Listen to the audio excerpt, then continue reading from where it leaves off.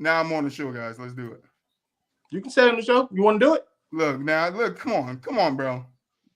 Stick to your guns. So, come on. Where Will Smith energy at? Don't. Oh, I'm on my take Will Smith energy right away now. Start your show, Mel. I love you. You know it's all love. But I just don't agree with you. We can talk about this later because I ain't done with your ass. Oh yeah, definitely.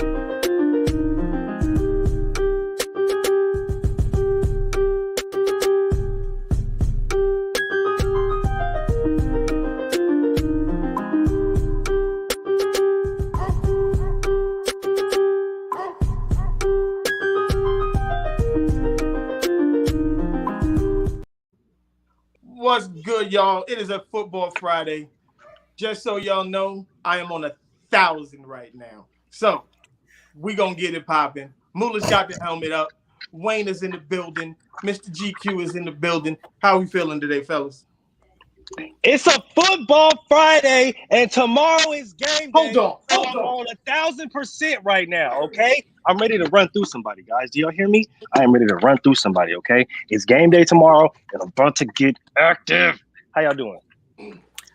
I mean, if Moolah's gonna do it, then fuck it. Let's do it. We gonna sit here. We gonna do it. Say less. We here now. Say less. All right, we're putting on football helmets. Okay, well, I'm gonna be normal. I'm gonna be normal and not wear a helmet today. We here today. 1,000. In other words, happy St. Patrick's Day, everybody. And I'm gonna keep it green with all of my green things going on here today. So right. Well, I got green in the helmet, so this we go. Yeah, I got green on the shirt. Don't worry about it. Wayne got green somewhere in the back on the triangle thing. I actually stopped wearing green on St. Patrick's Day because I hate the Celtics. I'm a Lakers fan, so I actually usually wear purple and yellow on St. Patrick's Day. Hey, that is a valid reason, though. That's a very valid reason. I'm not even mad at you for that. I respect it. I just like to go down my normal St. Patrick's Day thing, so I got to have my green shiner. I'm gonna have my Jameson later. I got to keep my trend of green label drinks going on today. Right. So now we get on. Before we do, shout out New York Rebels, Rough Rider. Y'all know I represent Rough Rider, DNY. Rest in peace, DMX, my nigga. That's big bro right there. So let's get it popping. I want to start off. I'm gonna start off serious, and then we're gonna work our way into the fun stuff. Michael Irvin got a win for all men and athletes around the world. 100%. And hopefully, this starts to set precedents, and guys pay more attention to the people that are around you, and how quickly it can go sideways just off of words. Like, if it wasn't for the security guard, the manager of the hotel, I think it was, and the security cameras, those were key. Don't forget the fans. And the fans. They were nicknamed like the TMZ guys. Right, yeah. And so I'm glad he got out of, and I'm glad he's doing the one thing that most people don't do in these situations. He's countersuing for like $40 million. Countersue. We love it. Yeah, so I'm glad he's doing that. So real quick, he lost out on way too much money. It was Super Bowl week. It was Super Bowl week. $30 million. Yeah, like it was Super Bowl week. He was live on site. He was in Arizona. He got pulled from ESPN and NFL Network simultaneously. So that's two separate type of contracts that you just took millions from this man for. Yep. And then sprinkle a little defamation of character on top of it. Absolutely. That was the part right there because, Michael Irvin had a little sketchy past anyway. So to throw this on top of it and it be false, that's the thing I want to make sure we get it. Like, this was false. There was no truth to it whatsoever. And yeah, I'm just glad I'm glad they got handled, and it happened pretty fast. Oh, definitely. That was the good thing. Yeah, I was actually watching. Don't lie. So I watched the video on YouTube earlier today with him and his attorney when they were sitting down and breaking down the whole thing. I think it's like a 17 or 18-minute video, but I was like, let me just watch this. Let me understand. Because when the story broke, initially I called Mike and I was like, hey bro, you hear this? I was like, this doesn't make any sense. And then the short little clip video came out and I was like, what did he do wrong? Right. Like their entire interaction was not even 2 minutes long. It was less. It was like it was short. It was like a minute, 10 of their little interaction. But then the attorney breaks the video down, and you see the restaurant manager is already pissed off from afar. He was super pissed, like. Yeah, and why we don't know, but whenever it's time to go to court, bring his ass to the stand because I need to figure out what's going on with him too. Well, because I guess because the girl she was supposed to be working, and he was like trying to get her to come back to work, and I guess he didn't want to intervene while she was talking to Michael Irvin. But if that's me, I'm walking up and I'm like, sorry, Mr. Irvin, but her ass got to go to work. Well, like right now. You have a responsibility and you're not doing it, like, even though that's a celebrity. Okay, so look, check this out, right? We're going to do a quick story time because I don't care who walks into your job, your place of work. At the end of the day, you have a responsibility and you're supposed to adhere to that responsibility. So, as people may know, I work in a dispensary, right? Brandon Rush came into my dispensary yesterday. Now, did I get all hectic and oh my God, Brandon Rush and all that stuff like that? Yeah, I know him. He's played on the Warriors. He played with Steph Curry, all the stuff like that. Well, I could have sat there and talked to him for hours about basketball, but I didn't. Why? Because I had a job to do. Yep. Right? And I focused on my damn job. That's what a lot of people don't realize what you're supposed to do when celebrity acts. You're supposed to act accordingly. We got him a shirt, got him some merch, because he wasn't even there shopping for himself. He was in there shopping with one of his ladies or his mom, something like that. We got him some merch, got him a shirt, chopped it up on him a little bit, let him go on his way. But we're not going to hold him up and then sit there and make a big deal and make a false case saying that he came in there and was acting all belligerent and all this other extra crazy stuff when we know that's not true. We have cameras. He can go back and run them cameras. He can get him subpoenaed, just like what Michael Irvin did. The big eye in the sky don't lie, and we have to stop doing this to athletes and to these legends, acting like they don't have money and acting like they don't have the resources to find out that you're lying. That's so like take it a step back. Like let's not act like they don't have lives outside of being on TV for 8, 9, 10, 12, 14 hours a day. Like they're still, when they clock out, they're humans again. They're fathers, their mothers, their husbands, wives. Like they're regular citizens, just like anybody else when they're done doing TV things. Mm-hmm. Yep. So now, I'll give you my quick story time. Same situation, Mulich, with you, except Usher came to my job. I got in a phone call and it was like, yo, it was Usher's like security team. They was like, yo, just so you know, Usher's gonna pull up in about 15 minutes because there's a restaurant that he used to eat at inside of our establishment all the time. It's a vegan restaurant that he goes to. He was like, you know, and I was like, all right, cool. You want him to come through the alley like normal, or y'all gonna pull up in the front? They're like, no, we're just gonna pull in the front. Him and his family gonna come out. We just want to get him to the restaurant and so they can eat. I was like, all right, cool. Just let me know when y'all come. They hit me up, met Usher in the front, walked him to the restaurant. Him and, you know, they're eating inside. People walking past. Oh my, you know, that's Usher. They want, you know, taking pictures. So then probably about 20 minutes later, he comes out. I meet him, and my staff, a couple of them is in the front, and, you know, we chop it up. And he was like, he was talking to one of my greeters, and he was like, oh, you want to take a picture real quick? So, and I'm like, probably not, you know what I'm saying? But he offered to take the picture. We didn't push it on. So he took a picture with a couple of the staff, a couple fans. Then he looked at me and was like, yo, let's get this picture, man. So I was like, all right, come on, man. So we took the picture. He left. His wife at the time. It's funny because she calls my boss and then says, oh, your staff was very unprofessional, yada, yada, yada. We were out trying to have a good time. And, you know, he made him take pictures with the staff and, you know, then fans got involved. And I was like, well, that wasn't the case at all. Totally not the case. And then Usher was the one who actually stepped in and was just like, no, that's false. Like, I was actually talking to them. We took the pictures. It was my idea. It wasn't the staff or the management's issue. She's just tripping. Then, funny part about all this, he was at a Rockets game with my cousin a week later. My cousin calls me and was just like, yo, you won't believe who I'm sitting with. I was like, who you sitting with? Nah, Usher right here. And I was like, you tell that motherfucker he almost got me fired. I was just joking. And then, so they laughed it off. And then literally like a month later is when he filed for divorce from his wife. And there you go. So I had a question about the Michael Irvin thing, because obviously we got the show notes a couple days ago and I started kind of looking into more of all the stuff that's coming out, right? And I saw the video and I saw that there was 2 eyewitnesses neither of which had overheard the conversation. They just kind of saw that everything was kind of civil from afar. Mhm. And I'm curious because you guys are talking like it's like, hey, we finally find out that nothing happened. I honestly didn't hear it. Was there a witness that came out that overheard the conversation?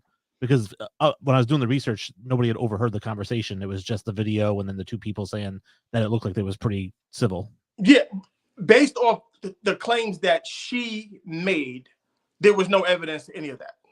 Well, there wouldn't be. I mean, in any sort of he said, she said, there's never going to be any evidence. Right. And that's my whole thing with the countersuit, too, is like, with a suit and a countersuit like this, neither one wins because either she has to prove that something was said and nobody overheard it, or he has to prove it wasn't said and nobody overheard that. So it's kind of like, it's just, again, he said, she said, and they're both kind of going at it. My whole thing when I saw the video is based on what it said from her lawyers or her people that said this is what happened. The video kind of lined up with what she said in terms of like, he went to go grab me. I took a few steps back because I didn't want him to touch me. No, he never reached out. In the very beginning of the video, he does reach for her arm and she backs up. But if you watch from the beginning, yep. He was the one that stayed further back. Like he kept a good distance between the two of them. And I guess, yeah. And I'm just assuming as the conversation progressed a little bit, there might have been things said, but nobody knows what those things were. Exactly. And my whole thing that, again, if I'm thinking, I always look at these cases whenever there's an accusation that there's really not a lot of evidence that we get to see. I always approach them in the sense of a judge or a lawyer, right? Like show me as much as you got in terms of evidence. And from the lawyer standpoint, I'm thinking if I'm her lawyer, he had come out and said, one, I don't really remember what we talked about because I'd been drinking. I don't really remember exactly what the conversation was. And two, he said at one point, I don't even really remember what she looked like, Right. So for me, if I'm her lawyer, I'm like, okay, so what you're saying is you don't remember what was said and you don't remember what she looked like. So there's a chance you could have said the things that she said you said. You just don't remember it. This is where I go on the other side of this. This is funny that you said that you brought that up. Only because if the situations were reversed and it was a man and she was drunk, they automatically take the side of the female saying because she was inebriated and she couldn't give consent to anything because she was under the influence. You're done. But now because he's the one that said, no, I was under the influence, so I wasn't 100% sure what was happening at the moment, everybody's willing to take her testimony and not his. And I always stay middle of the road. Like I kind of stay right in the middle and I listen to both sides. And for me, the thing that is stupid about the whole thing to me, regardless, let's say hypothetically he'd said exactly what she said he said. So what? You know what I mean? Like you've never gotten drunk at a bar and hit on a girl. I mean, now you can get sued for that. Like, I mean, no, you can't. As a man, you can't. Right. It's just silly to me that this has become such a big story. For me, like I said, when I looked at the video and everything, I felt like nothing that's come out has exonerated him. But I didn't think it was that big a deal if he did say what she said. Well, it was her actions as well. Like when you see her come onto the screen, if she was at work, she had more than enough time to get to where she was going without having to cross paths with Michael Irvin. But she made it her business to cross paths with Michael Irvin. Maybe it seemed like he initiated the conversation from the video I saw. She started to walk into that restaurant. He stopped her. But based off of, but if she was moving in a natural motion, this is what even what his lawyers after when you watch the video, if she was going to wherever she was supposed to go, she never crosses paths with Michael Irvin. And if you look at the manager, he's clapping at her, basically telling her, "Yo, like go." But she continued on her path to intersect with Michael Irvin. Yeah. And like I said, I mean, I'm on his side in the sense I just think it's stupid that this whole thing got brought up in the first place. But I also look at it as I don't feel like anything's come out that made me say, okay, he didn't do it. Like it seems like he still could have. Well, so after watching everything that I watched today and watching what Michael Irvin's attorney broke down and everything, if you watched every single thing from 0.00 seconds to the very end, she essentially looks for him almost because you can't see it. There's the outer pillar, then there's the middle pillar, and you can see her kind of peeked around out. Yep. Yeah. So then the interaction happens, but then what you have to also look at is, you talked about, you kind of stay in the middle, and I do the same. And I look for body language. Everything is about they were laughing, they were having a good time, and I know Mel, you had said that he had never reached for it, but it was a point in time where he bent over and laughed. That we call it what do we call it? That cackling laugh that we like to do. So he did that, and that's when you saw his left hand kind of come out like he was like he. Because some people laugh and their body goes. Yeah, all over and that's essentially what happened with him. But but every part of their interaction, nothing about it looked demeaning. Right. And it wouldn't necessarily either. Like I said, because I've said some things, when inebriated, where I didn't act, threatening or demeaning at all. I just say things, and maybe I shouldn't say them. And again, like I said, I don't care if he said them or not. Like I said, it's a stupid reason to bring a lawsuit against somebody if they said something like that. No, it's about money. This was a setup. To me, it felt like it was set up. Like she knew what she was doing. Right. To me, right. And it could be. I just when we got the notes, like I said, the first thing I thought of was like, oh, this doesn't prove anything or disprove anything. It just kind of is. Yeah, and on top of that, the lawyer can just cross-examine and just say that everything that Wayne brought up, well, you were inebriated, so you really didn't know if you were talking about or who you were talking to, blah, blah, that. They can literally be like, yeah, he didn't know. So he could literally say that it wasn't even her. And they can play that role the whole time. So I was a pre-law major, so that's literally right up my head. They can literally play right into that role and say, well, he doesn't know that it was even her. And then once the video comes out that it was her, it's like, well, now it's he say, she say, because we really don't know the audio.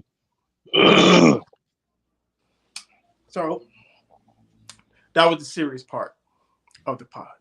Now we get on to the goofiness, which would be NFL free agency. Yeah. And I don't even know if goofiness is the right word. It was like everything that March Madness has been for the last 48 hours. Frustration 10. Is the word. Well, we get for which fan base right now. Frustration moving. We'll get to that. Frustration. Okay. Utter frustration and despair. We'll get there. Is what I'm feeling.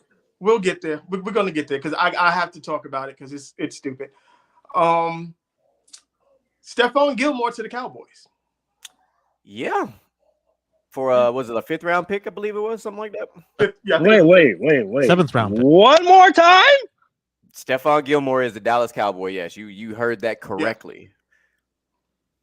I swear I went to sleep and nothing happened. I wake up and the world exploded. What that happened yesterday. That was a couple days ago. Yeah, that was a couple days ago. That was like 2 days ago. Oh wow, Gilly just said, forget everything. I'm just gonna go to okay, for sure. That's cool too. Yeah, because that happened after they re-signed Donovan Wilson. And the Stephon Gilmore thing happened, yeah. Yep. Shout out to you, Steph. Shout out to you, Gilly. Shout out to you. The Van Der Esch re-signing literally fell under the radar. Like nobody realized that it happened. It did. Like it just kind of all of a sudden a picture poked up like, hey, that's Leighton Van Der Esch. He just magically re-signed. Yep. So what do you? I don't think they needed him per se. You can always use a very good cornerback. I'm not gonna, but I think that they probably needed other stuff a little bit more. I don't know. I feel like they needed him, especially on the other side, because you got young Diggs over there who's played a lot better this past season, and the other corner, he was a liability. He was the target. But he was Anthony a Brown was hurt most of the season. True, and Jordan Lewis was hurt. Yeah, they did the exact opposite of what the Chiefs did. They relied on rookies, and their rookies did not prevail. Not at all. And it was straight barbecue chicken on one side of the field. Oh my God! But you still had a top-ranked defense, though. But but it was your internal pass rush, your linebackers, and then your safety play was good, but everybody knew where they could go. Like it wasn't even a secret. They already knew. Hey, but I don't think they lost games because of their left cornerback. I think because their quarterback was throwing interceptions in the fourth quarter. Yeah, for sure. Well, honestly, I'm putting those losses more on Kellen Moore because you know better, bro. You know better, dog. You know better. I'll say that until you talk about the Jacksonville game. That's on the defense. You gotta get a stop. You got to get a stop. You got 3 turnovers in the first half. I think 2 in the first quarter alone. You got to finish the deal. Yeah, that is 100% on the defense at that point. because there's no way that this sophomore / junior quarterback should have pulled that comeback off like that. Don't talk about Sunshine, man. That's I love Trevor Lawrence. He said sophomore / junior. I'm crying right now. But look, this is supposed to be, the number one defense. This is the Cowboys defense. They're this, they're that, and then you gave up a game like that. And I'll say, as far as Gilmore, obviously as a Patriots fan, I saw Gilmore in his heyday as a defensive player of the year, right? And I will say this though, is that I don't know if it's that impactful of a signing. I mean, it's nice or nice trade, I guess, but there's a reason he went for a 7th round pick, right? Is because he's not the defensive player of the year anymore. He is a 31-year-old cornerback who isn't quite as good as he used to be. So it's like, you don't need him to be, but I'm also saying, like, look, I wouldn't get super excited if I'm a Cowboys fan. I'd be like, all right, cool, we got like basically a role player in to fill a role. Oh no, he was not a role. Did you see him play last year? No, in Indy, no, he was the guy in Indianapolis. He was locking up last year. Yeah, I learned this today. I didn't know that Wayne was also a resident Patriots fan, so I get to have my patriotism going on over here. But no, Gilmore was that guy in New England, but he actually has some damn good plays on film last year. Yeah, he played great in the red zone. He was one of the top rated corners. They tried him a lot, and he came up big 90+% of the time. He had a very high grade from most of his picks came in the red zone. Yeah, because people was like, "Oh, that's Gilmore. He older. Let me try. Let me throw this fade pick." Yeah, don't do that. He's still that man over there. He's still 6'3" plus. Like, let's not forget, this man is still very long. Like, not to mention, I was gonna say he's very, very long. But the limbs don't lie. Like, you can get slower, but your arms don't get shorter. Yeah, and he's gonna play, and he gets to play a little more to his strength in Dallas, because they're gonna let him control one side of the field with safety help. Yeah, he's get to play a little more aggressive up front, gets to be a little more free. So now he can sit back in the thirds and just play. Yep. Oh yeah. And with that pass rush. Let that quarterback throw a couple ducks in there. Gilly gonna get you 5. He gonna get you 5. I'm telling you that right now. He'll give you 5 at least. And if he can give you 5, and you can get, let's say, 7 to 8 from Diggs, that's viable. Yeah, you just got to pray that Dak Prescott learns how to throw the ball to the right color jersey. That's true. Well, you also have to pray that Trayvon Diggs don't continue to give up the most yards amongst cornerbacks either. Or that too. They just learn how to run the damn ball when they need to run the ball. With who? They have no running backs. About a bunch of rookies.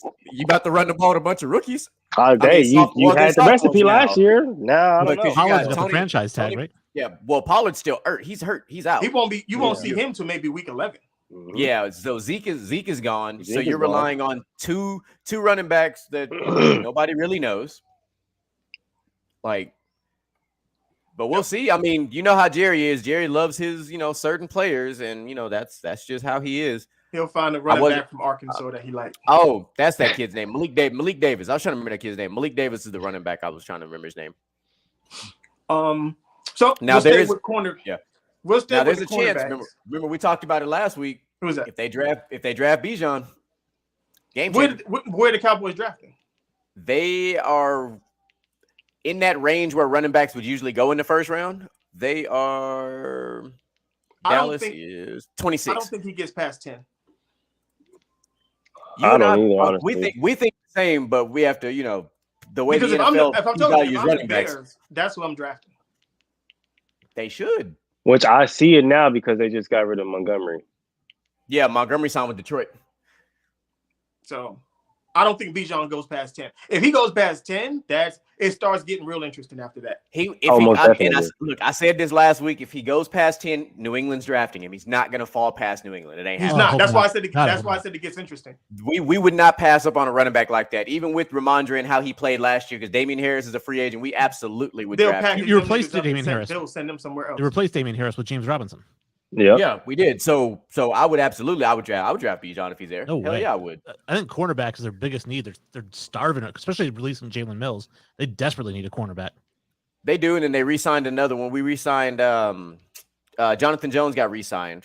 Mm-hmm. But he's also getting up there in age as well. So we do need old. Us letting JC Jackson go hurt me a lot because JC Jackson was I still don't understand that, but I don't either. And that one. He was too good of a corner, but I guess the money he wanted, which I still didn't think was that bad of a contract when he went over to the Chargers, I was like, we could have paid that. Our salary cap situation was fine at the time. My dream scenario is that Christian Gonzalez falls to 14, but I don't think he does. So I would take Joey. I don't think. Yeah, I don't think he does either. He ain't gonna make it. He won't make it past it. He won't make it past Atlanta. Wishful thinking. He's the first one off the board. He's the first one off the board. Yeah, I'm not even a big Christian Gonzalez fan, but he's gone. No, because Chicago. So Carolina, Houston, Arizona, Indy, Seattle, Detroit, Vegas, Atlanta, Chicago, Philly. Nah, he ain't making it past 10.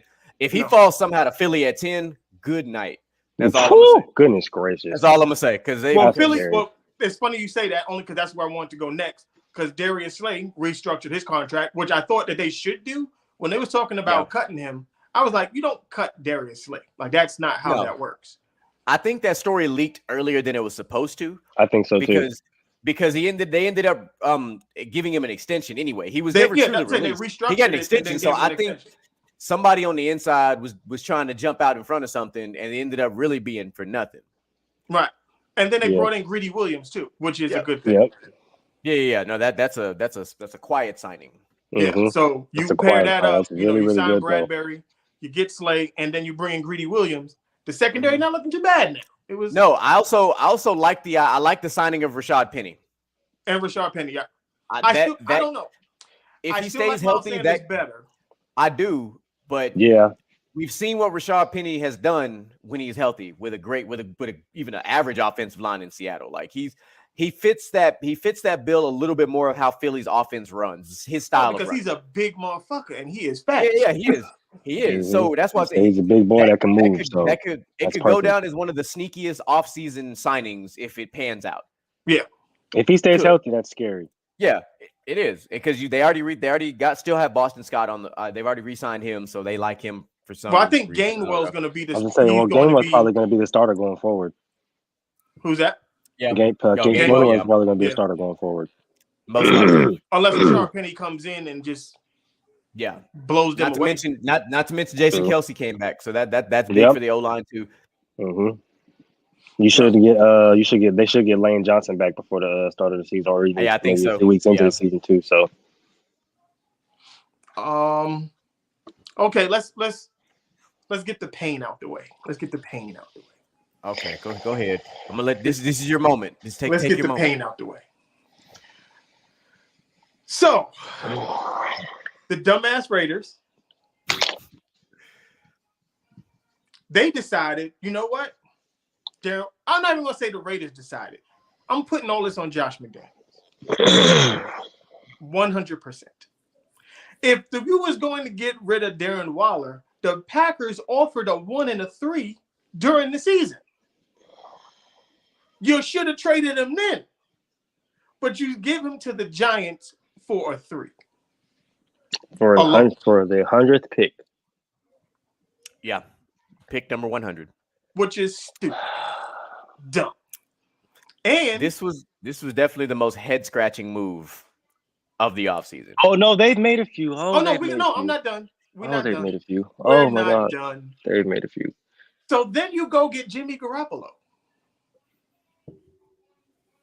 Why? I would think, and the thing about it is, you get Jimmy Garoppolo, and I'm like, all right, cool. It looks like something if you got Devontae, you got Max Hollins, you got Hunter Renfrow, and you got Darren Waller and Josh Jacobs. Cool. We could rock out with that. But then you trade away what makes Jimmy Garoppolo nice. A good tight end. Why would you do that? It's fucking stupid. And then you bring in Foster Moreau. Why? He's not on the roster. Who? Foster Moreau is not on the roster. He's currently a free agent. Oh yeah, we have no tight end. No tight end. There's no tight end on the roster. Go draft one of them Iowa boys. My thing was the only way you can make it make sense is if you get homie from Notre Dame or the dude from Georgia. That's the only way it makes sense. I like that kid from Georgia. Like, that's the only way it makes sense. But other than that, we're looking real stupid, right? Well, you look a lot like the Patriots. The Patriots, right? Because you signed Jacoby Myers. You also signed Philip Dorsett, who used to play for New England as well. And then you also have Jimmy Garoppolo. So you're like, was Philip Dorsett even in the NFL last year? Yeah, he was on Houston, bro. Yeah, he only had like 20-some yards. Yeah, he was with the Texans last year. but he played with New England, and then he also played with the Colts. Mm-hmm. He's been around the block a few times. I didn't like New England not signing back Jacoby Myers just simply because he was a versatile receiver as far as being a slot and an outside guy. He was very productive in both situations. That's crazy because we don't need neither one. We got Max Hollins on the outside, and we got Hunter Renfrow for the slot. And you still got Devontae doing Devontae things. Exactly. But now you got to figure out your tight end situation. We do not need him. Well, I mean, do you take the 7th pick and draft the best tight end in the draft, or like what do you do with the number 7 pick? If you're the Raiders. Me, I would drop down. I would gather some more picks and drop down. Because you defense. That's what I would say. Unless they take Christian Gonzalez or Joey Porter Jr. at 7. Which they won't because they're stupid. Okay, so look, check this out. Check this out. I've been going through it as a Raider fan. Really ever since they did the dumb shit and benching Derek Carr. And everybody wants to talk about how, they pay him so much money and stuff like that for a little production, blah, blah, blah, stuff like that. Well, look at all the contracts that have been restructured in just this offseason alone, right? They restructured Deshaun Watson's contract. They restructured, basically restructured Darius Slay's contract. They restructured Fred Warner's contract, right? Dak Prescott's deal got restructured. Dak Prescott's deal. Tyreek Hill's another one. Restructure is possible. Patrick Mahomes restructures every year because he has the most team-friendly, massive contract that there is. Like it's ridiculous, but he's able to restructure it every year. Of contracts is possible, right? So you can go in and you can restructure Derek Carr's contract to open up for you more cap space to sign more defensive players. Hold on, man, I'm not done because I know. Because as you was talking, I was like, I knew what I wanted to talk about. I'm already knowing the synapses started going off. I got you, dog. Trust me, I got you. So instead of that, you release Derek Carr. He gets signed by the Saints, right? You bring in Jimmy G, somebody who's you don't get nothing for Derek Carr. Nothing. And by the way, I don't care what anybody tells me. Jimmy G is significantly worse than Derek Carr. Don't tell me anything about win percentage, okay? Do not tell me nothing about win percentage because that's all I've been hearing all damn week. And we all know that winning is not a QB stat. Then why isn't he the quarterback for the 49ers? If win percentage was so good, why is he not a Super Bowl champion? Because he overthrew a ball to Deebo Samuel in the Super Bowl against the Chiefs. Emmanuel Sanders. I think when you look at when he shot that bitch down the middle of the field like a dickhead. Mm-hmm. Oh no, I'm talking about the go route on the outside. Yeah, the would have been an easy go ahead touchdown that he overthrew in the 3rd quarter, I believe it was. But in the 4th quarter, with like a minute left, he overshot Emmanuel Sanders by himself down the middle of the field like a dummy. So when I looked at Carr and Garoppolo side by side and their stats career-wise, I feel like they're very comparable to each other. Don't do that. A lot of people say that, but it's not true. If you watch them play, they're not the same dude, bro. Just look how different the 49er offense looked when Purdy took over. Because I don't believe that. Justin, I don't believe that. Because he could do something Jimmy G can't do. Throw the ball more than 15 yards. Jimmy Garoppolo does not throw the Devontae Adams is going to shoot Jimmy Garoppolo by week 5. Not by week 5, by the end of training camp. Look, check this out. Okay, so look, they signed Jimmy G to a stupid contract, honestly. Everybody, it's a money-saving contract. It's not a bad contract, but it's not smart. Then you trade away his number one target. The reason why he's so efficient, right? Because everybody wants to compare the stats. Oh, Derek Carr compared to Jimmy G. Well, the reason why Jimmy G is so efficient is because he only throws to tight ends who run short routes. It's easy to complete short routes. Everybody knows this is football, right? You trade away Darren Waller, right? Foster Moreau is no longer is not on the roster. We haven't done anything to offer him for anything, right? You go out and you sign Jacoby Myers, the guy who threw us the touchdown to win the game last year. Everybody remembers that. He did. Right? You signed Philip Dorsett, who can't stay on the field if his life depends on it, he can't stay on the field. Right? Then you go out and you sign 2 pointless, no, not even 2 pointless, 3 pointless defensive players. You sign Marcus Epps, you sign a linebacker from the Steelers, and you bring back Brandon Faison, who we let go last year. Well, the Epps signing, I think we could have got a better safety. We could have got a better safety. This is why I'm upset about the Epps signing, right? Because we had a safety like that. Do you guys want to know his name? Jonathan Abrams. Thank you. So why would you bring another safety like that back? It does not make any sense. Not to mention you bring back a corner who we let go because he can't cover. The only reason why he played in LA is because JC Jackson got hurt. And then you bring in another linebacker because Denzel Perriman's gone now, right? Who could not cover. And you bring in another linebacker from the Steelers who's a freaking bench player who also cannot cover. No. In a passing league. Hold on. Where you play not only Patrick Mahomes twice a year, Justin Herbert twice a year. Now you're playing a Russ with a new coach twice a year. And you have no defensive players. So this is the reason why I'm upset as a Raider fan, right? Because everybody wants to say, are you guys going to win more games? How? When we don't have the pieces to do so. That's the problem here. The right? defensive coordinator needs to go. A lot of the games that the Raiders lost last year were not because of the offense. Because of defense. Yeah. And now we don't have the pieces give him the situation to win. We don't have a tight end to where Jimmy G can be at least efficient, right? We know he can't throw it on the field, but we don't have a tight end to where he can be efficient. We don't have the defensive players to stop the talent that we're going to see twice a year. Nope. So to answer Justin Johnson's question, or to answer his statement, no, we're not going to win more games because we don't have the roster to do so. Nope. I think you touched on it perfectly, because for me, my knock on Josh McDaniels as a head coach, because I still believe he's the best offensive coordinator in the game. I think that my knock on him as a head coach is his inability to see the entire big picture. So he's putting together this Patriots type offense, which the only reason the Patriots type offense worked in New England is because they had a top 5 defense every year. You don't have a top 5 defense. So can I ask you a question then? Yeah. How can you say that? How can you say he's the best offensive coordinator when you said the only reason it works is because of defense? Because when you have a defense as good as the Patriots defense, you can actually take these pieces, spare parts, I call them. You take the spare parts and you can put together an offense that can score 25, 26, 27 points per game, with spare parts, which he does really, really well. And I think he's going to do really well with this offense. But the problem is that if your defense is giving up 30 points per game, it doesn't matter if your offense scores 27. And that's the thing I think that he doesn't understand, is that he spent all this money on offense, or he's going out and getting all these offensive players. And he did the same thing in Denver too, before he built the defense. And he I think drafted Tim Tebow, so we can't. So I just think he was building from the offense first. You got to build from the defense first. I think that's the mistake he makes. That's been the recipe for 20 years. And you know what they've done? The Raiders have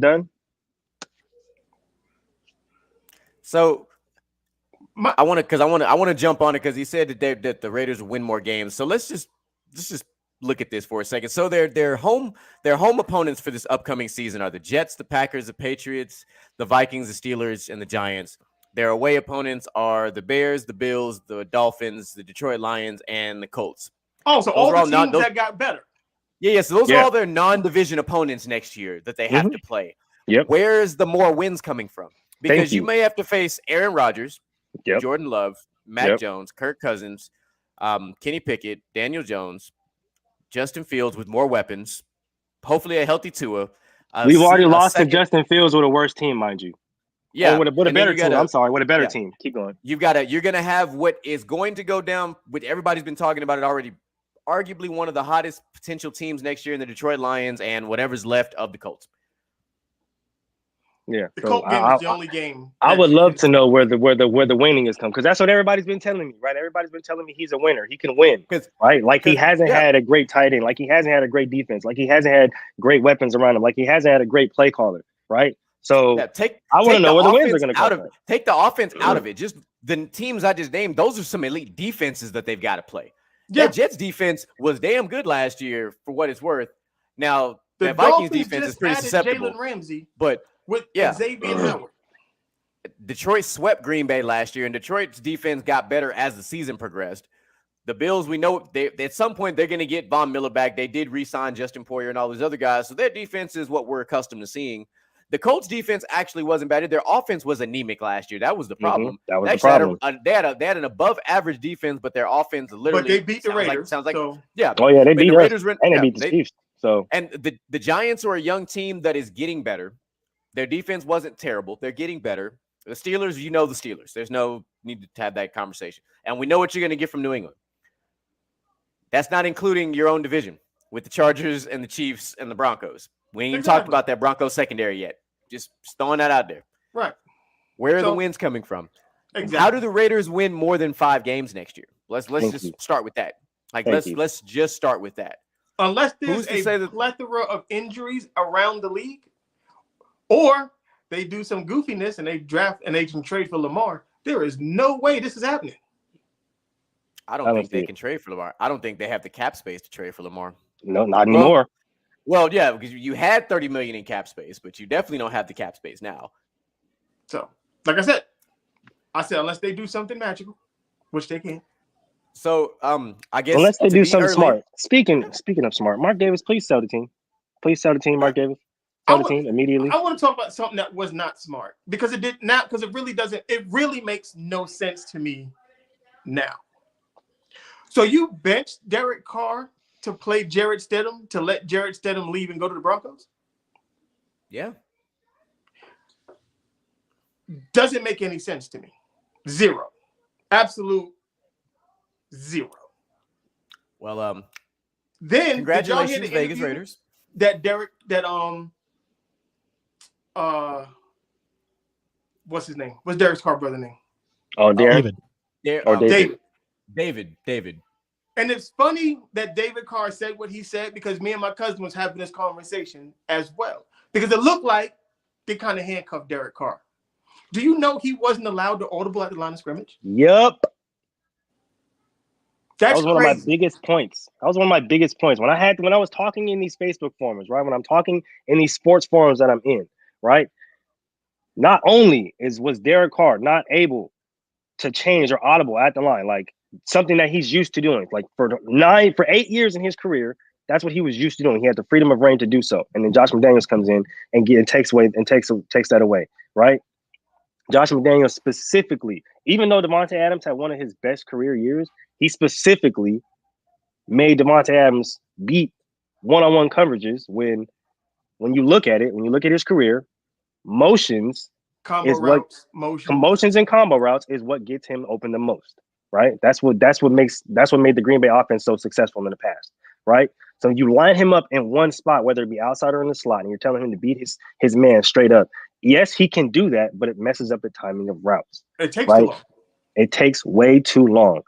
Instead of sending him in motion, sending him this way, sending him that way, playing with the defense like an Andy Reid, right? Like all these other coaches, and Nick Sirianni and etc., right?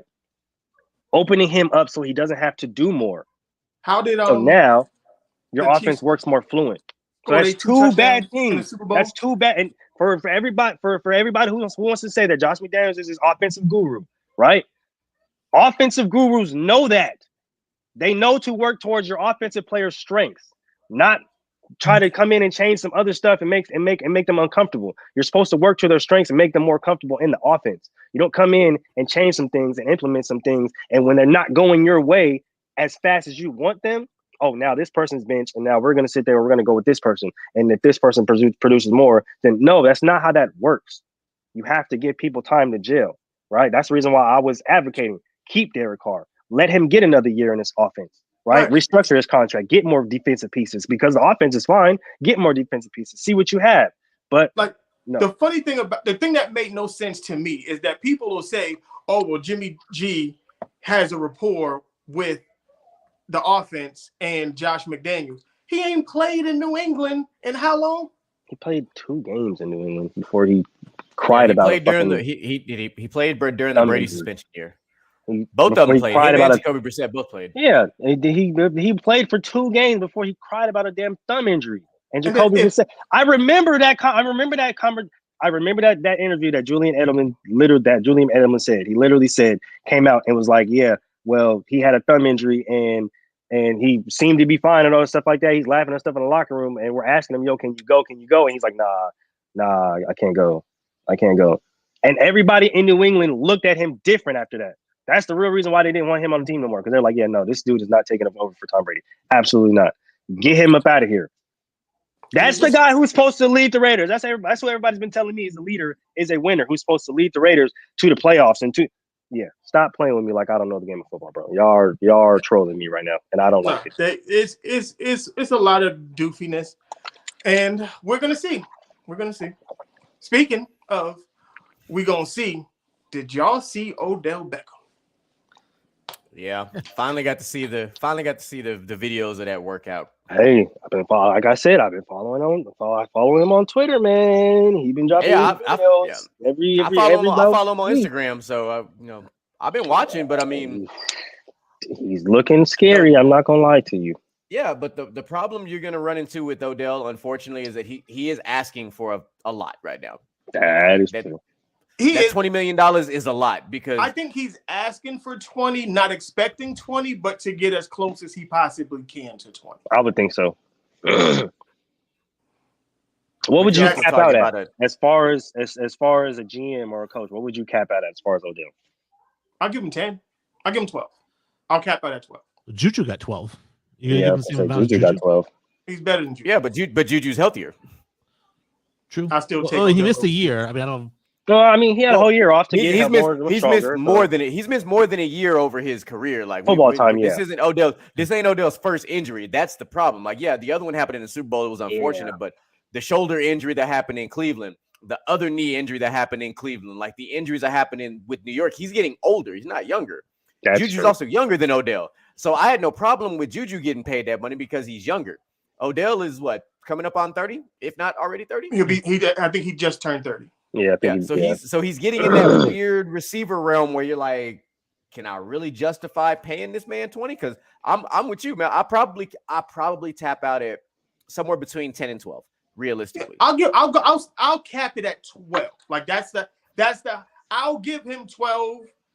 I'll give him 12 I'll give him 12 for one season and be like, yo, this is your prove it season.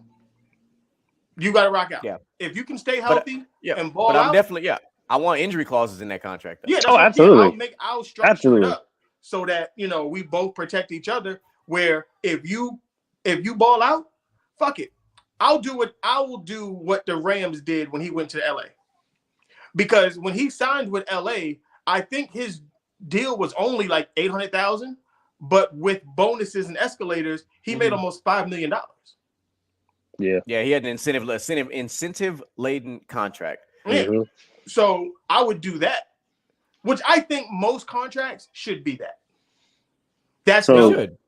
I believe yes and no. Like should be performance based. So I partially agree with that, and the only reason I would push back is because of the potential bias involved. Because sometimes teams aren't going to want to pay certain players, so they're going to do certain things to make sure that said player can't achieve certain things, which is not saying that always happens, but we've seen instances where it can happen. True. No, just based on game script. Then you have guys like Tom Brady, who's like, hey, I know this is week 15. Hey, I know you got these incentives. Hey, let's make sure we get you them extra 30, 40 yards you need to get you that. There's quarterbacks that'll look out for you, cut for you, but sometimes coaches will get involved and then, stuff gets a little shady. True indeed. I just think I just believe if the players can maximize it and the team can protect themselves. Like if you don't produce, I done got to pay you. But if you ball out, then I got to pay your ass. Well, I guess and where I agree with what you're saying here is that I've always thought the incentive-based contract is a cool idea in theory, right? But in practice, it just wouldn't work because of what you guys are saying, right? It's you'll have teams that curtail your production if you're going to hit certain numbers. So let's say you have a guy who's averaging 100 yards a game, and if he gets 1,700 yards for the season, he gets a $5 million bonus, right? Well, then week 13 rolls around, you say, well, maybe we're going to start using him half the time. Or are you going to be receiving back now? Or maybe, you should sit a couple out. And now that does happen a lot, though. Well, then if you do that, you're an asshole. But people are assholes when it comes to money. Yeah, look what San Francisco did to Debo. Like, they tried to pay him like a running back, and he was like, no, I'm a receiver. You're using me like a running back. Don't get it twisted. That's why I always said, I don't want to be gadget guy. If I'm a star like Debo, I'm a wide receiver. You treat me as much. If you want somebody to go run a fucking sweep, you see him wearing 21, put his ass back there. That's why you drafted him. Go find you a Taysom Hill. Yeah, but other than that, I'm not gonna be gadget guy for you. Like that's not No, because you're not gonna because then you're gonna try to pay me like you said. You're gonna pay me on the lower end. You're gonna try and pay me like a fucking running back instead of a wide receiver. Mhm. But I'm giving you production for both. And that's why I like, I mean, not to steer the conversation this direction, but maybe it was going that way anyways. That's why I like Lamar fighting for his 250 guaranteed, right? Because if he takes what they offer him, which is like the 250, but 125 or 130 is guaranteed, right? The way that they utilize him ends his career in 2 to 3 years, and then he doesn't get the full 250. So that's why I like him saying, listen, man, you're going to give me the 250, and then you're going to protect that 250 by not running me out every other play on quarterback naked options. You're just going to let me, be a quarterback. And so I like him fighting for that 250. And that's what I'm saying. Like, when it comes to like coaches making decisions, GMs making decisions, at the end of the day, money is what actually talks, not people. And get as much money as you can. If you're a player, I would never sign an incentive-laden contract. Give me as much guaranteed money as possible. Well, I think every situation isn't the same. If I'm Lamar, yes, I'm not signing a incentive-laden contract. No. If I'm like the third receiver, fourth receiver, and I have the opportunity to make number one money based off production, I do it. They kind Or of if you're an undrafted guy, like look at a guy like Adam Thielen, who's undrafted. Yeah, he played his way production-wise into his first big contract earlier in his career, but it benefited him. Right. But that's what I said. Like, if I'm a star, no, give me guaranteed bread. Well, the CBA has built-in performance bonuses, which they're saying Michael Owino from the Patriots is one of the highest paid in performance bonuses because he starts every single game and he plays really well. So he gets a bonus on top of what he actually has in his contract. And so they do have a little bit of an incentive in their contracts, like those second, third, fourth round guys. Most contracts, they have it for receivers. If you get 100 catches in a season, if you get more than 10 touchdowns, running backs. I think this is what hurt the running backs is that there was a clause in this was a couple years back now, where if a running back had over I don't know the number, 300 carries in a season, you got a bonus for that. Meaning because you were the workhorse, they were paying you for the amount of damage you were taking. But now you see it's probably still in their contract, but they're not getting 300 carries. Shit, didn't Najee Harris get pretty close to that his rookie year, if not over that? Yeah, Najee rookie year, he led the league in carries. Yeah, I don't remember if it was on a system, on a team, on a league-wide scale. That's why they went to the two-back system to cut down one running back doing all of the work so that they hit the performances at the end of the season. I could see a situation in a couple years from now where they could do the same with receivers in 100 catches because 100 catches is so common now. Everybody does it. Yep. Like your top 17 receivers usually have 100 catches, give or take. And it may be more, but 100 catches is, now when you do like what Michael Thomas did and go for 145, now we're talking about something that doesn't happen, but 100 catches is becoming fairly normal. Yeah, because you're throwing the ball every 2 plays. Yeah, because you have to. It's just the way the entertainment value of the game is structured. You don't have to. They choose. The way the league is structured, if you're not a high-powered flying around offense, like nobody really wants to watch you, except for the Ravens. The Ravens are like the outlier because they were the Lamar offense, which is why I agree with Wayne. Get that man his money because that offense was around Lamar. Only one of his skill sets, though. He is a great runner, but he's also a damn good passer. But he's a very good passer. They have yet to open that part of his game up because they won't, like we talked about last week, give him what he needs to be successful. Like his most successful receiver, we talked about it, was back in college. That's his most successful receiver, and he's not even in the NFL. Exactly. Give this man comparable weapons and build around. Look what happened with a guy like Jalen Hurts when you give him simply a number one. Yes, you can do that with everybody. Josh Allen, when he got Stephon Diggs. Yeah, but because Devontae Smith is a good receiver, but he was not a number one. He never was. No, he's a solid number 2. Yeah, 100%. He's a solid number 2. He can sub in for a number 1 when your number 1 goes down for a couple games, but he should not be your overall number 1 guy. Absolutely. AJ Brown is a number 1 guy. He is as big as T.O. was and a little bit faster, probably. Like AJ Brown is a lot bigger than people realize. Like he is a perfect number 1 receiver. That's a big dude. Just go look at that picture with him and DK. Oh, with him. Oh, yeah, them two. Yeah, Herculean people forget men. that was AJ Brown standing next to DK. Like, yeah, people don't realize them two are huge. How were they not successful at Ole Miss with those two receivers? Blows my mind. I forgot who was the damn quarterback. Wasn't it? I think it was Chad Kelly. Was it Chad Kelly? I believe it was. It may have been Kelly at that time. That makes sense. Never mind. Point taken. Speaking of Stephon Diggs, so the word is there's a back channel deal already done for him to go to Dallas. I've heard this. I've heard murmurs. I've heard murmurs. I've heard it. I don't necessarily like it, but I've heard it. Because his mother had tweeted a picture of her boys in cowboy uniforms and had to take it down. Jerry for him? Jerry was on that. It was like, hey, take that down. And he stopped following the Buffalo Bills on all social medias and followed the Cowboys. 2023 things. Athletes said, I'm gonna unfollow my whole corporation that I work for to make a point. I don't like the deal, and I don't think the deal is possible because of the cap situation. Like you're going to have to trade away Michael Gallup's contract for one. That's fine. Jerry's fine with that. Jerry, he'll do it. But Jerry's fine with that. But then at the same time, it's like, all right, you just had CeeDee Lamb kind of come into his own as a number one, and now you're bringing in Stephon Diggs. Jerry don't care either. I guess the question becomes, is CeeDee Lamb a number one? Jerry does not care. I'm going to tell you right now, he does not care. Number one. Jerry does not care. I do think CeeDee Lamb is a number one. I didn't believe it until the end of last year. His first year when it was him and Amari and they were like trying to force the issue, I was like, no, Amari's still a better number one than CeeDee Lamb. He just is. He's a bigger target, is more reliable on third down, those types of normal things. And then you start to really watch CeeDee Lamb kind of blossom and bloom into how he finished the season. Well, not really how his entire season went this past season. I'm like, all right, I can see where he's the number one. It makes sense. I still got CD as a very strong number two. I will take Diggs.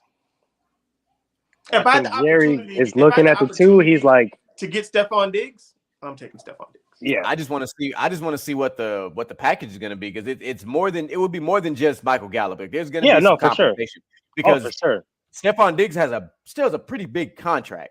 Definitely, and I'm gonna tell you right now, Jerry don't care. He don't.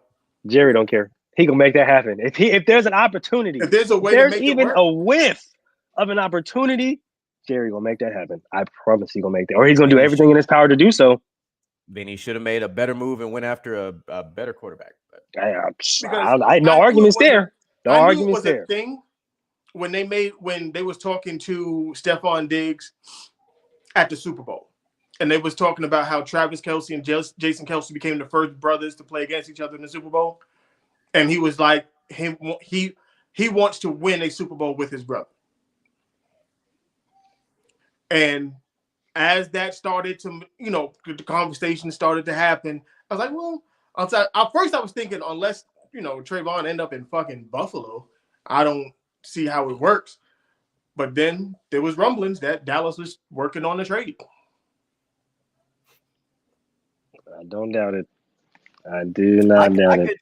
I could see the situation where they move Gabriel Davis to the number one. You have Isaiah McKenzie as your three, and then they released Isaiah today. Yep, they released him today. Mm-hmm. I missed that one. Dang, that's one of the few things I did miss. I actually liked Isaiah McKenzie. Honestly, I think he's a really good slot receiver for a team. Yeah, but I just think I think what turns teams away a lot with him, his size. He's just small.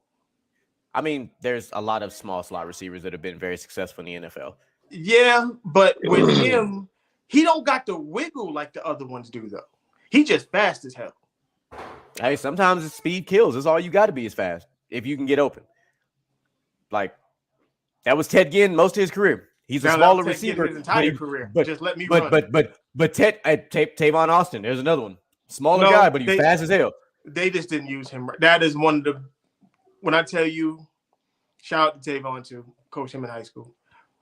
He was like one of the tragic – like, I thought he was going to be the guy. like one of the guys that hit the league. Okay. Because he was ahead of his time. He was ahead of his time. Yeah. The way He was. The way San Francisco uses Deebo Samuels, the way like him, a guy like Percy Harvin. Yeah, I was supposed to say he was supposed to be about Percy Harvin. Bro, you wouldn't be able to guard them. You would not be able to guard them. Yeah, if they were in the league now, especially a guy like Percy Harvin. Percy Harvin would be a monster if he was in the league now, as opposed to when he was in the league. Yeah, like there's too many ways to get them the ball. Even when Percy decided to come back after that kind of long while where he stepped away from the game, you've seen the impact that he had when he came back with the Seahawks. Like that impact was crazy. But you were always concerned because of the head injury. Just like we are with Tua right now. Like the migraines, like when you start talking about migraines, I'm like, bro, it might be time to hang it up because that's a pretty telltale sign that you probably need to stop playing contact sports when the migraines are more constant than normal. Right. Yeah, that was the only big thing for me. It's like it's the migraines. Like if you can't shake that, then it's like you should probably think about another avenue as far as football. Like I know everybody wants to be part of the game, but you should probably think about another avenue. But just to see those splashes, right? And then we see the Debos, we see how these other type of players like that are being used. It's like, man, like what if Percy Harvin would have just would have been able to stay healthy? That would have been. If you look at the Amon-Ra St. Browns and all of that, like that's all those dudes that do. Yeah, that's all they do. Think about if you had a guy like Devin Hester now. Given his kick return ability and his just get him in space. Hey, bro, hit this bubble screen real quick. That's it. Like he out of there. So it would be fun. Yeah, no, it has. Maybe I'm about to steal that from Troy in the basketball show to bring him to this era and see what guys from the past, what they would do today and do. Oh, there's a list of guys I can start just thinking about just a couple of running backs. There's a lot of ballers that would be the running backs would be absolutely insane. Yeah, absolutely insane. This would not be a passing league if we brought most of the running backs from the early 2000s, 90s, 80s to this league. It would be a running back league. Marshall Faulk would be a fucking problem. Oh yeah, whole problem.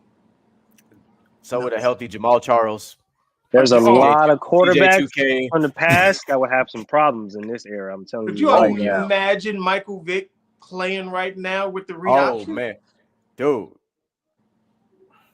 Nah. Talk about a cheat code. That's 5,000 yards and 2,000 yards rushing. Oh man, y'all they scared of Lamar? Nah.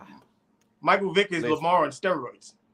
And I love the comparison because they are very similar, but there is just a few things that Michael Vick did that Lamar doesn't do. And I don't think people realize how it was the elusiveness, bro. Like Michael Vick's elusiveness, that part.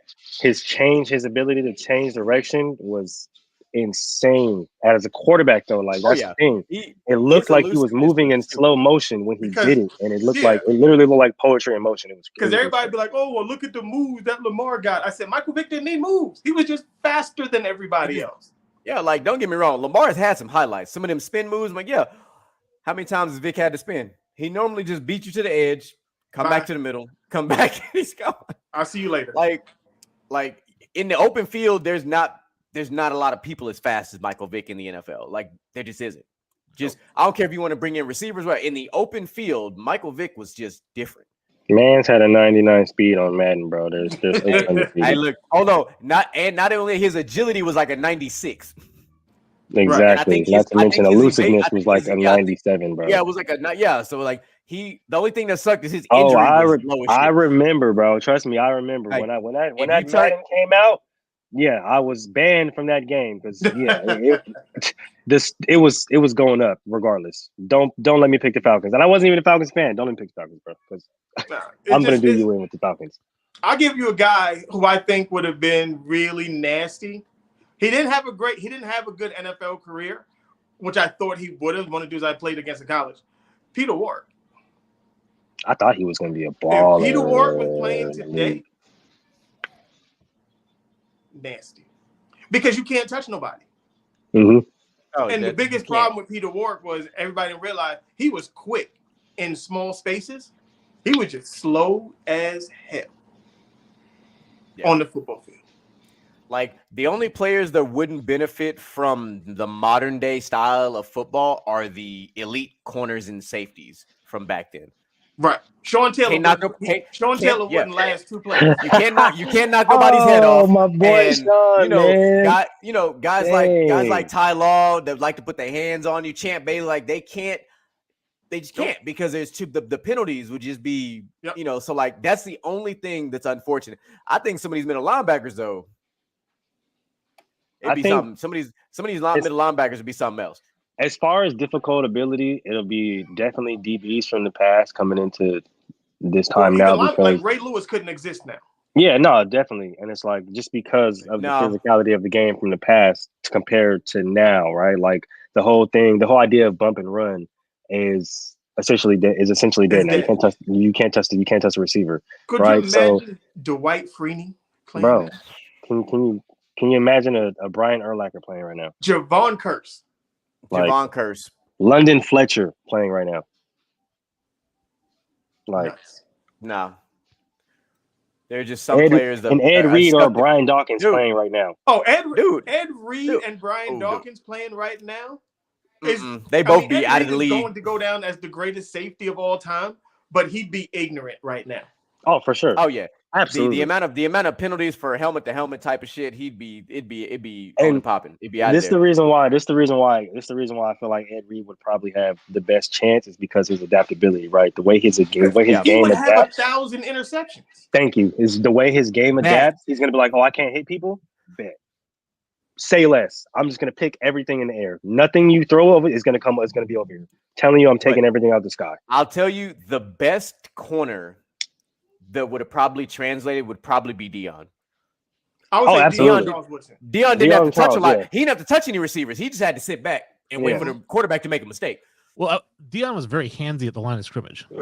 That's true. But he was handsy with your Michael Irvings, with your Jerry Rices, but but with the elite guys. But the other guys, he was like, whatever.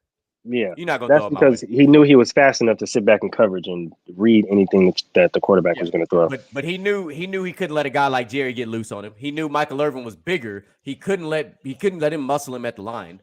Mm-hmm. So he had to play that game. But like some of the you start thinking about the receivers now. Even some of your number ones, like a guy like Justin Jefferson, right? He's not as big as those guys. He's fast, but he's not faster than Dion. Dion would sit back and play 7 yards off of him, and Kirk Cousins would just throw picks, and more picks. Yep. He would read him like a book. That would be the cool part about it. And then I would love to see some of these more we call them tacticians, but some of these route-ticians, some of these receivers against a guy like Dion, somebody like a Devontae Adams, like a Keenan. I'd like to see them in those one-on-ones because I think they'd be good to watch. To see that. I would like to watch it because now you're seeing elite versus elite, the footwork, the way they run routes. I think that would be a beautiful thing to see. No, I think that's what, and I would too, and I would think if they let the cornerbacks actually play cornerback, we would see a lot more of that, opposed to just the defense. They are such a disadvantage now. Yeah, as soon as you step 5.1 yards, it's throw the hanky. Take it from the most penalized player in the league last year. I'm gonna flex on that because I don't care. Yeah, as a defensive player, it's very, very hard, and I plan on maintaining my record this year. Yeah, absolutely. I don't think you should be allowed to have some level of contact as a defender because one, you don't know where the other dude is going. So if you guess. And you guess correct, and you cut the dude off, you just won that route. If he runs into you, it shouldn't be pass interference. Not to mention, you're going backwards. Right. Yep. Like, you're blind because you're going backwards and you're reacting to someone running full speed at you. So there's more of a skill set involved because you've got to have great hips. You've got to have good reaction time. Your eye-hand coordination has got to be 99. To be a viable corner in this modern day NFL. Look at the Super Bowl. That play on Juju, which would be a routine play in the 90s. The early 2000s, I still don't think it was pass 2010s, interference. 2000s, like that would be a routine play that a corner would do to a receiver. Because if you watch, I probably watched that probably about 70 times. Juju never really lost speed on the route itself. He's already not that fast. He wasn't going to catch it anyway. But there was nothing that showed me when he ran that route that he was just going to blast that corner on that play or even catch that ball for that. And mind you, the contact was within 5 yards. I still He was because he was coming across his face. That's why I said it was never a penalty to me. It should just hit him. To me, it wasn't. With just the way the rules are structured now, it is. Like the way. I mean, if there was gonna be a penalty, I'd have just hit him. Yeah, at that point, I would have just taken him out the play completely. Like, straight because up. He would have been better off. Because what did they call? They called pass interference, right? No, they called defensive. No, they called defensive holding. They called holding. They called defensive holding. Right. I was gonna say I can't remember if they called holding or pass interference. I was gonna say if they called pass interference, you might as well just grab him and throw his ass out of bounds and get the holding call. It's only 5 yards. The problem is the play resulted in giving the Chiefs the first down. Yeah. Mm-hmm. Because had that play gone, it would have been fourth down. They had to kick a field goal. Yes, and it would have gave the Eagles exactly what they wanted, which was a chance because the game was tied at the time. Still had a minute, so it would have gave the Eagles enough time to drive, eat up the clock, and score and win the game. Right. That's why it was such a backbreak, and that's why I didn't think that any of those veterans were wrong. Your Ray Lewis, you can't let the official decide the game. I completely agree with that because that was terrible in the Super Bowl of all games. Right. Definitely. Like you just can't. Like if it would have been egregious to where he grabbed him and you saw Juju kind of turn, like legit turn. He never broke his stride. Exactly. That's my thing. He never broke stride. He never broke speed. He never even changed speeds. He ran the same speed throughout the whole route. Mm-hmm. What Patrick Mahomes did is what you're supposed to do as a quarterback. Oh, it looked like he held it. Let me throw this ball so it looks like, because what happened, it wasn't catchable. Finally, somebody on the Eagle defense was like, oh, they ran this play 2 times in a row and scored touchdowns.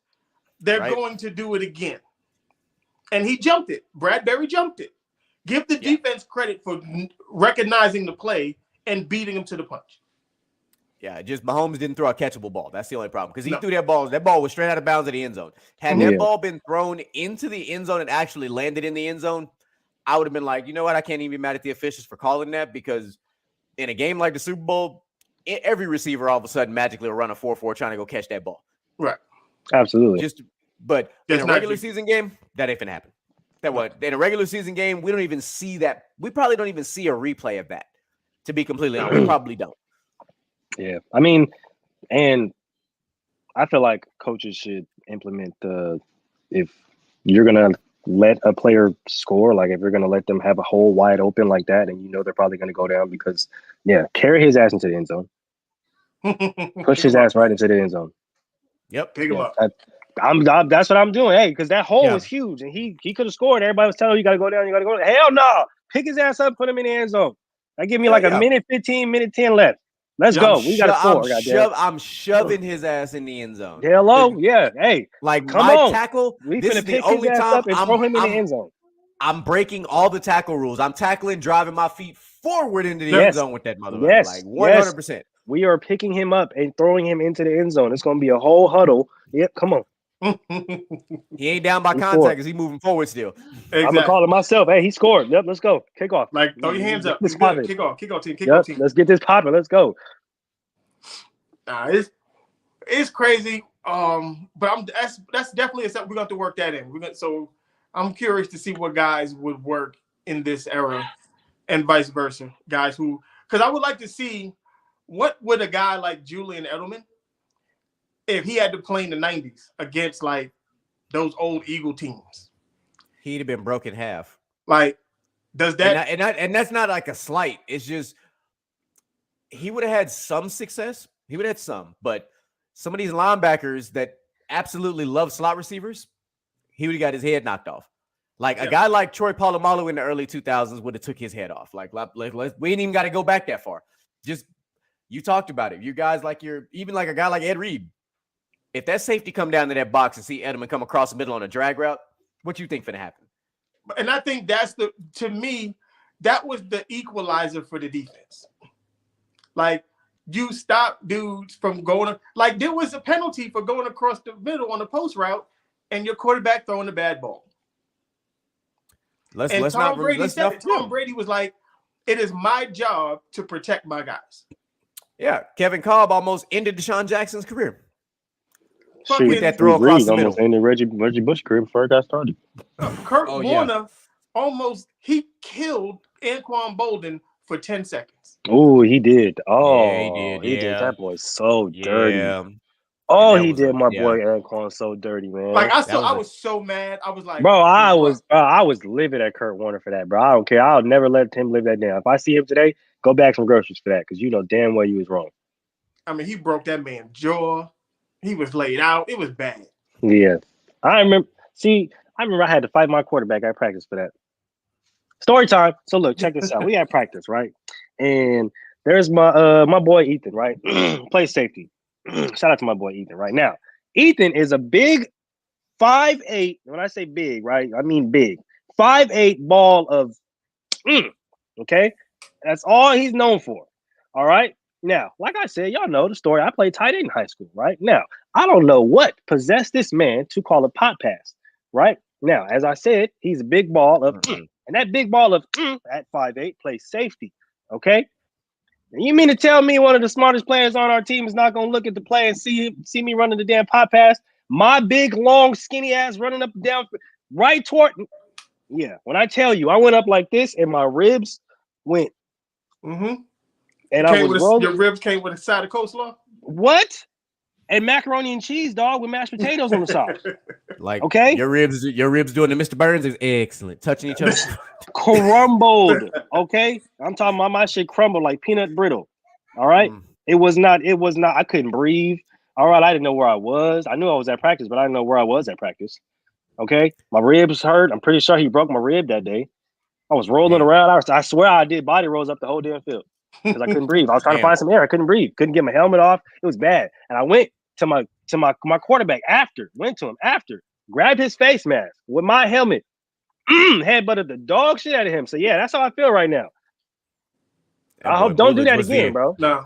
The original X-ray combo from Mortal Kombat was music. Yeah, what? Grab headbutt. Yeah, don't do that. Yeah, we call those J&J shots, Jello and juice. Yeah, that does not feel good. Kids, if you are ever don't just real quick. throw your receiver open. Yes, throw him open. Okay. That's why I had good quarterbacks. I had very good quarterbacks. If he was throwing it low, he was telling me, "Get your goofy ass down." Oh yeah, most definitely. Yeah, most definitely. I didn't learn that until college, unfortunately. Yeah. When I was playing in the slot, like I knew by the way he would look, I'm like, oh, he about to throw me a low ball. Let me slide like this third baseman real quick. Because one thing I've avoided knockout shots. That was I've been fortunate. Most of my worst hits came from me on defense. My worst hits come from playing flag football now. Like as a pass rusher, taking elbows from blockers because I dip underneath them like Von Miller and taking elbows. Those are the worst shots I'm taking now. I had almost an identical play to Mulich there when I was in high school. A lot of this on this helmet. This is me hitting people. That's where this came from. Go ahead, Wayne. I want to hear this. Yeah, I want to hear this story. What's up? Well, no, so I played split end in high school, and I always tell people I was the worst football player. He old school. He said split end. He said split end. Right. So what kind of offense? Was y'all running a wing tee? We love it. I think it was pretty much just all option plays. Hey, we went to split option veer, brother. So I feel you. But I was on the scout team because I sucked. So I was on the scout team wide receiver. Our safety was an all-state safety for 3 years, and our coach played scout team quarterback, and he did that. It was a fly pattern. He threw it up, so I had to jump for it. And when I jumped for it, right across the ribs, like you said, it turned me upside down. I came down on my head and my shoulders. Like I said, couldn't breathe. It was brutal. And everyone's pulling me up, like, come on, man, get back in the huddle. I was like, I can't even breathe right now. I was just saying, he can't even move. Relax, the man can't move. Okay, he needs some milk, literally. Okay, preferably almond. All right, that is no ways. My last bit of free agency, we're gonna talk about my boys, the Tampa Bay Buccaneers.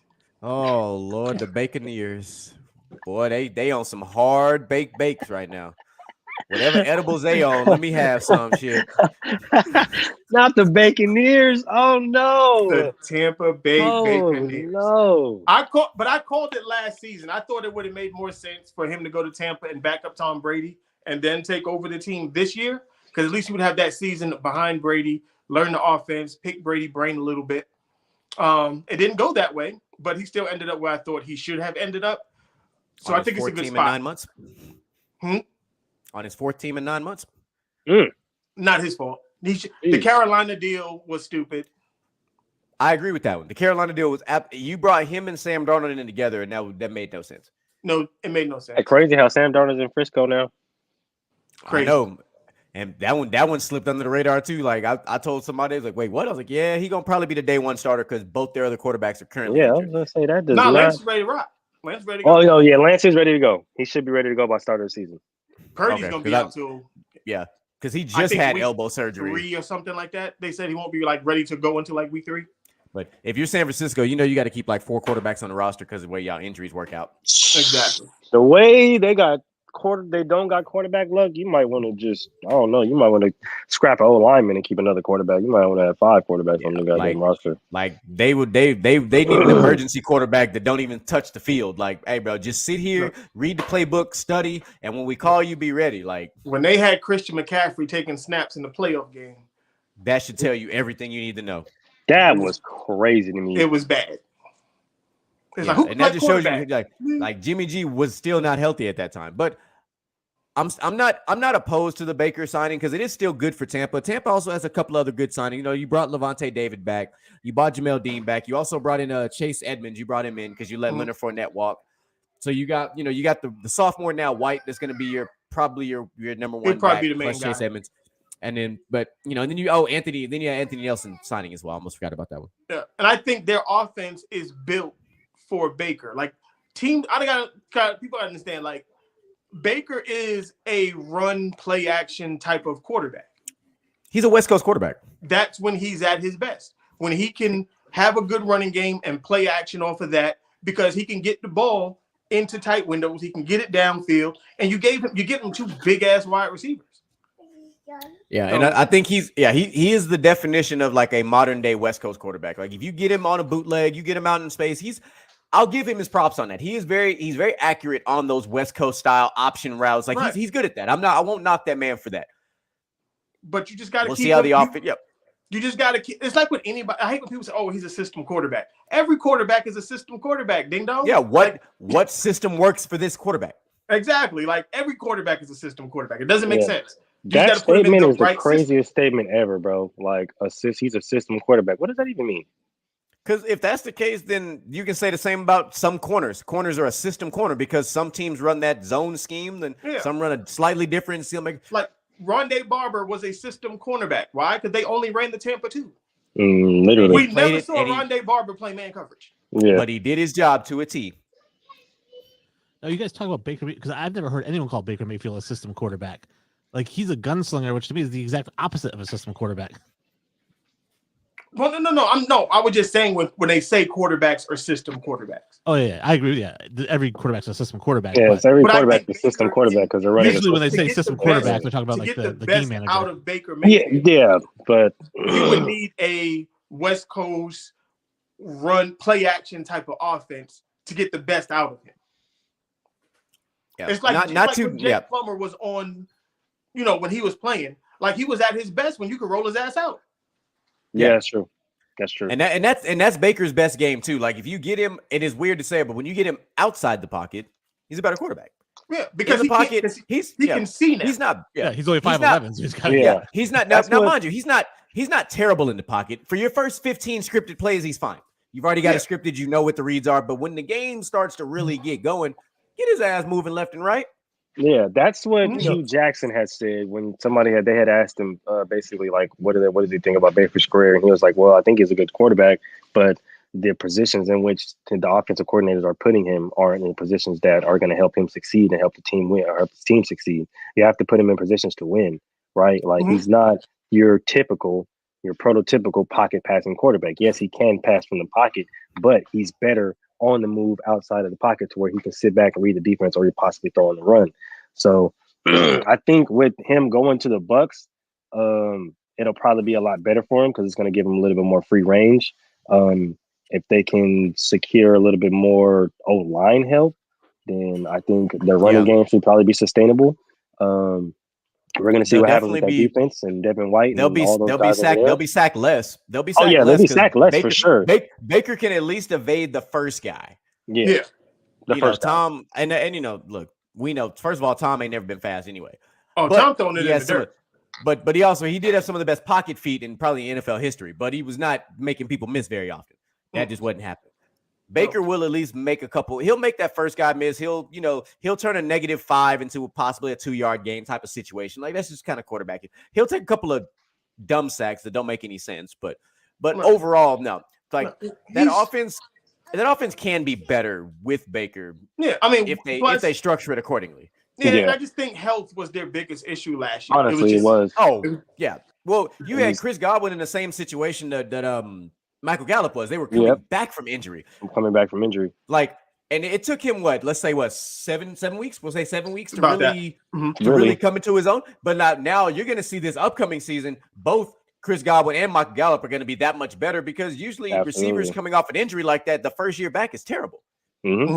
Definitely. And now, and it happened with Saquon. Saquon last year was trash. He was terrible. He was not good. He was fresh off that injury. Look at him this past season now. He had a year of recovery to get back to him. And he told you because there's the mental aspect part of it. He's like, I know my body can do it, but I'm trying to make myself. I gotta feel my body do it. Yeah. So now these guys have played for a year. They weren't nicked up. They're like, all right, now I can. Okay, now let me really try to push it a little more now, to say the least. And you're going to see guys like that be a lot better this year, which I think Godwin will probably benefit the most from Baker Mayfield in this situation. In the red zone, it'll be good for Mike Evans because Mike Evans, he's definitely in the red zone. Just put that in his area. Just put it in his area, and Mike Evans will do what Mike Evans does. But I hope Mike Evans' streak of 1,000-yard seasons doesn't come to an end. I don't think it necessarily will, but it depends on what this offense just looks like overall. I think his yards per catch goes up this year. I think so too. Yeah. Honestly, I think so too. So that part I agree with. We'll see what happens with that. Something we haven't done in a while before we get up out of here. Let's travel on over to the XFL. Oh, let's do it. Where the team I thought that was going to probably have the most issues seems like the team that don't have no damn issues. The undefeated DC Defenders. Yep. Yeah. When I was going through their roster, I was like, dude, they don't got no dogs. Apparently, I was wrong. They have a lot of dogs. Apparently, they do. Okay. They got dogs all over the field. So they are currently undefeated right now, and their defense is nasty. Their defense is gross. Oh my goodness! It is. Oh my goodness! Yeah, I mean, your top two XFL teams also so happen to have the best defenses. Yeah. I mean, the Roughnecks are running away with the sack lead. And they just lost their first game last night. Just lost their first game last night. It was a rough game, no pun intended. But it was a better second half. The first half was bad. To go down 14-0 at half, but the way the XFL scoring system is structured, really a 14. You're never down, bro. You're never down ever. No, you're not. So I was like, all right, but I've said it since I did the same thing you did. When I looked at our roster, I was like, we're held back by quarterback. Quarterbacks probably are least position of all of our positions for the Roughnecks specifically. I like the quarterback. I could do. I'm a fan of him, but I'm just like, it's not like how when we had PJ Walker, how dynamic he was for the XFL. Like we didn't. Right. He gets rid of the ball, but sometimes he's a guy. Sometimes he holds on to the ball too long, and he has a tendency to overthrow sometimes. And those are two qualities of a quarterback you cannot have. Nah, it's just those two. And then we got the fucking team with everybody. And they can't win a goddamn game. Can't win a damn game. About the goddamn Vegas Vipers. The Vegas Vipers can't win a damn game. Got a hella deep team, got a damn good coach, and can't buy a W. Can't win nothing. Trash. I mean, it could always be worse. It could be like that other quarterback that was basically selling his playbook to,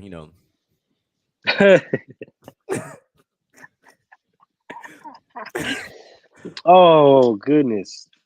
So I was like, bro, the league just started. We already got point shaving going on. What's going Man. on? Bro, like Vegas, we can't win in football right now. Apparently not. Apparently not. Vegas is not a football This is town not a good right place now. for football right Not now. a football town right now. Well, the NBA will probably be there soon, so we'll see. Maybe NBA have a little bit better luck in Vegas. We'll see. Hopefully, We'll see. maybe. Because I Maybe hear a baseball team will have better luck. We'll see. well in the next we'll probably have everything in the next 3 years, I think. Now Definitely. you do have a pretty successful hockey team. Oh yeah, absolutely. Oh, Shout out to the Vegas like the Knights, Aces man. do. and the Aces and the Golden Knights, man. We good. Yeah. Shout out to the Knights. Golden Knights, yeah, they had a damn good inaugural season. Like I was like, I mean, they should have like 4 Stanley Cups right now, but should. that's another story. Absolutely. And same thing with the Aces. The Aces should have about 3 WNBA championships, but Another season, but they're going back to back anyway, so it doesn't matter. we'll see what happens this year. I'm confident we're going back to back. When I'm sure you saw Kelsey Plume hyphenated Waller, taking shots at Josh McDaniels. I didn't even realize those two Rightfully together. so. I didn't even know they were dating, bro. I didn't I either. did. And all of a sudden they were married. I was like, I did. oh, okay. I knew they were dating. I knew all that stuff. And then when Josh McDaniels announced the wedding, out of pocketly, of course, he got cussed out by Darren Waller, and his invite was rescinded, and that's the reason why he got traded to New York. He just broke up a whole family. Mm-hmm. I wouldn't have invited his ass either. Literally 14 days prior to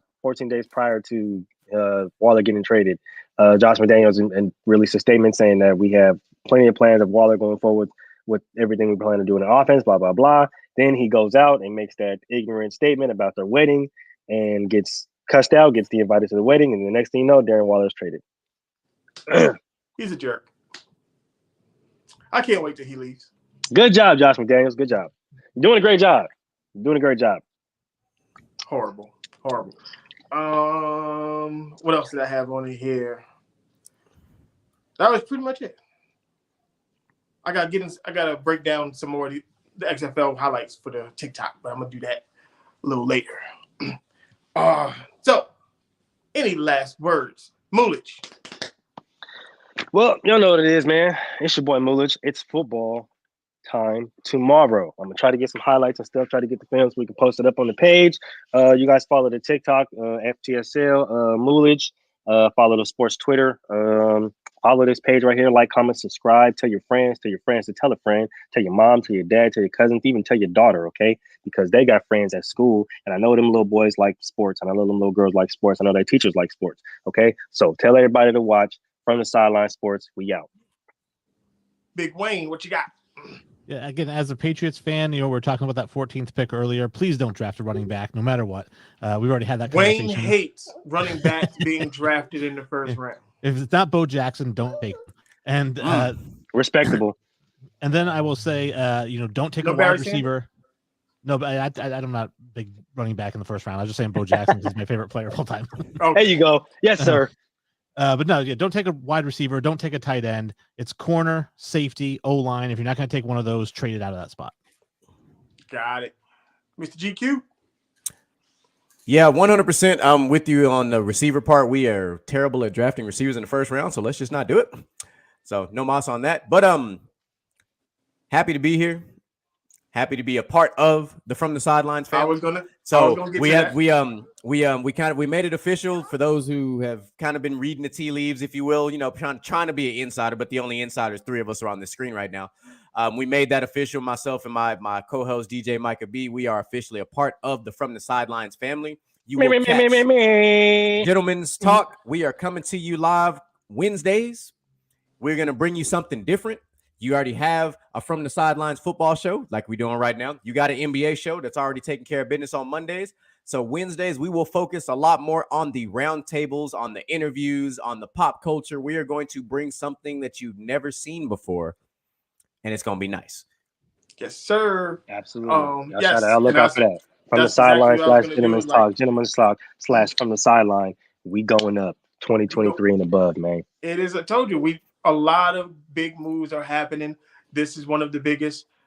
This is a partnership. This is Rockefeller Rough Rider, man. We here. Like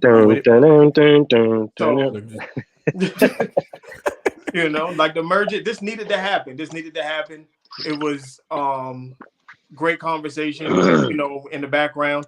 Like he said, the roundtable talk is going to be very, very, very different and very, very good. I'm gonna tell you that right now. We already talked about some of the stuff that we want to do moving forward. I got some ideas. GQ's got ideas. Troy's got ideas. Moolish got some. So we're gonna. It's going to be fun moving forward. Very fun. It's definitely gonna be fun. You guys definitely got to tune in for that. Definitely got to tune in. It's gonna be. We're adding different. It's like Baskin and Robbins, man. Who got the 31 flavors? That's Baskin and Robbins, right? Yep. Oh yeah. Yeah. So that's what we got here. This got 31 flavors. We're gonna have something for everybody.